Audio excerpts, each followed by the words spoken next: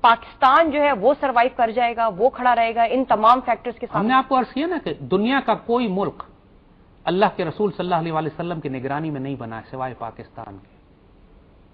سعودی عرب کو تو Lawrence of Arabia نے بنایا تھا, بنگلہ دیش کو تو را اور CIA نے بنایا تھا, باقی سارے ملک مسلمان جو آپ کو نظر آتے ہیں وہ تو خلافت عثمانیہ کو توڑ کر CIA نے نکالے, نقشے پہ لکیریں کھینچی ہیں تو وہ بن گیا.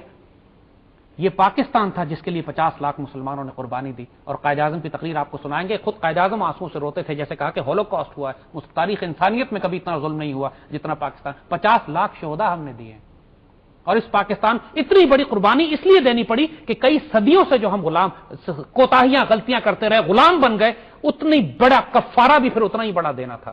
تاریخ اسلام میں کبھی مسلمانوں نے اتنا خون نہیں بہایا کسی خطہ زمین کے لیے جتنا پاکستان کے لیے. اس کے ساتھ خیانت کیسے کریں گے؟ یہ جو خیانت کرے گا دنیا اور آخرت میں تباہ برباد کر دیا جائے گا. اللہ کے رسول کہ ہاں وہ شکل دکھانے کے قابل نہیں ہوگا, اس کی طرف دیکھا نہیں جائے گا آخرت میں جو پاکستان سے خیانت کرے گا. یہ حکمران, یہ میڈیا, یہ سارے وہ جو آج لبرل سیکولر بغیرت بریگیڈ, جو آج پاکستان کے چیف جسٹس, پاکستان کے جوڈیشری, پاکستان کے عدلیہ, یہ سارے وہ لوگ جو اللہ کے رسول کے نظام کے درمیان کھڑے ہوئے ہیں, ان کو توبہ کرنی چاہیے. آخرت میں بہت برا انجام ان کا انتظار کر رہا ہے. جیسا حامد صاحب ہمارے پاس 2 منٹ رہ گئے ہیں, میں آپ سے یہ معلوم کرنا چاہوں گی کہ اگر آج پاکستان کی نوجوان نسل, ینگ جنریشن جو ہے وہ کچھ حاصل کرنا چاہے, وہ کچھ سیکھنا چاہے, وہ ایسا کیا کرے کہ اپنی جو پریویس جنریشن جو ہمیں نظر آ رہی ہے, جو رولنگ کلاس لگ رہی ہے پاکستان کی, ان کے فیلئرز کو کیسے جو ہے کامیابی میں چینج کرے؟ صدیوں کی حماقتیں اور جہالت ہی مغل امپائر کی, جس کے نتیجے میں ہم غلام بنے. لیکن جب پاکستان بنانے کی بات آئی تو علی گڑھ یونیورسٹی کے نوجوان سامنے آئے. دینی مدارس کے طلبہ نے پاکستان نہیں بنایا تھا. پاکستان اللہ تعالیٰ نے ان بچوں سے بنوایا کہ جن کو لوگ کہتے تھے کہ یونیورسٹی کالج کے ٹیڈی بچے یہ کیا کریں گے. اللہ نے انگریز کے نظام سے پڑھے ہوئے علامہ اقبال اور قائد اعظم سے یہ کام لیا, کسی مولوی سے یہ کام نہیں لیا. سوچے تو صحیح کیوں. یہی کام آج کے نوجوانوں کو کرنا ہے.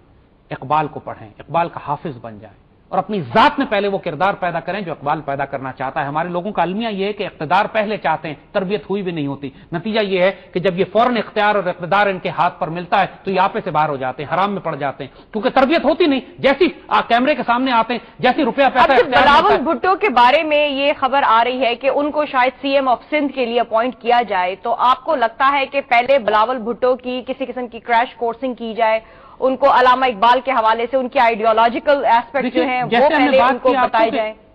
اللہ کے رسول صلی اللہ علیہ وسلم کی حدیث شریف ہے کہ ایک آدمی خانہ کعبہ کے پردے پکڑ کر رو رہا ہوتا ہے, چیخ رہا ہوتا ہے, چلا رہا ہوتا ہے کہ یا اللہ میری دعا سن لے. اللہ اس کی دعا نہیں سنتا کیونکہ اس آدمی کا وجود حرام میں پلا ہوا ہوتا ہے. ہمارے حکمرانوں کا یہی عالم ہے. And Bilawal is no different. Bilawal کی آمدنی کمائی کہاں سے آئی ہے؟ اس کے باپ کی کمائی. باپ نے کوئی حلال کمائی کی ہوئی ہے؟ ان پورے سیاستدانوں کی کوئی حلال کی کمائی ہے؟ کوئی سورس آف انکم پتا ہے آپ کو؟ یہ سارے وجود وہ ہیں کہ جو قرآن اور سنت کے تحت حرام میں پلے ہوئے وجود ہیں. ان کا جو مرضی کریش کورس کرا لیں, ان کی دعائیں سننا تو دور کی بات ہے, استغفر اللہ جیسے بات کی, ان کی قبروں کے نشان نہیں ملیں گے آپ کو تھوڑے دنوں میں. جی بہت بہت شکریہ زاہد حامد صاحب. ناظرین جیسا کہ آپ نے دیکھا, ہم نے مارچ 23 کو آنر کرنے کی کوشش کی اور ہم نے کچھ ایسپیکٹ سے بات کرنے کی کوشش کی کہ آخر کیا وجوہات ہیں کہ جن ایسپیکٹس کو لے کر ہمارے فاؤنڈنگ فادرز نے ہمیں پاکستان اسٹیبلش کر کے دیا, پاکستان کا قیام ممکن کیا, آج کی لیڈرشپ اسی پاکستان کو کس ڈائریکشن میں لے کر جا رہی ہے. ہم اپنے آج کے شو کا اختتام قائد اعظم کے الفاظ سے ہی کرنا چاہیں گے. اپنا خیال رکھیے گا اور اپنے پاکستان کا اپنے سے بھی زیادہ خیال رکھیے گا. اللہ حافظ and good night. And the situation from all accounts appeared to be so grave that I decided to come to Lahore. On my arrival here, I immediately got in touch with various sources and that were available to me. And I was deeply grieved to realize that unfortunately there was a great deal of truth in what had been told to me. I am speaking to you under a deep distress and with a heavy heart. But it requires the communities concerned to realize the folly and futility of indulging in this savagery, which has already taken a colossal toll of human life, and especially of the innocent one, and has displaced hundreds of thousands of innocent people, rendered them homeless, and delivered them to starvation, who are wandering about in the countryside for their lives. Are we now going to besmear and tarnish this great achievement, for which there is no parallel in the whole history of the world? It will be for the historians to give their verdict. Humanity cries loud against this shameful conduct and the deeds that have been committed. Those who are responsible for this Holocaust must be dealt with an iron hand and put down ruthlessly. It is agreed on all hands that peace should be restored without delay, and that law and order must be established and maintained at any cost. It may be our misfortune, but we must bear up this one more blow with fortitude, courage, and hope. Let us now plan to build and reconstruct and regenerate our great nation. It is in your hands. We have undoubtedly felt Pakistan is blessed with enormous resources and potentiality. Providence has endowed us with all the wealth of nature. Now it lies man to make the best of it. While the horizon is beset with dark clouds, let me appeal to you. Give this message to the people of Pakistan. Create enthusiasm and spirit. Go forward with our task, with courage and hope, and we shall do it. Are we downhearted? Certainly not. The history of Islam is replete with instances of valor, grit, and determination. So march on, notwithstanding obstructions, obstacles, and interference. And I feel confident that a united nation of 70 million people, with grim determination and with a great civilization history, will fail nothing. It is now up to you to work,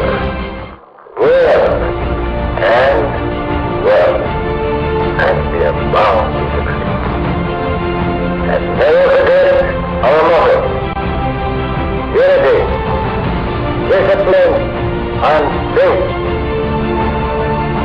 Now is the time, chance and opportunity for every Muslim to make his or her fullest and best contribution and make the greatest sacrifice and work ceaselessly and selflessly in the service of our nation, and make Pakistan one of the greatest nations of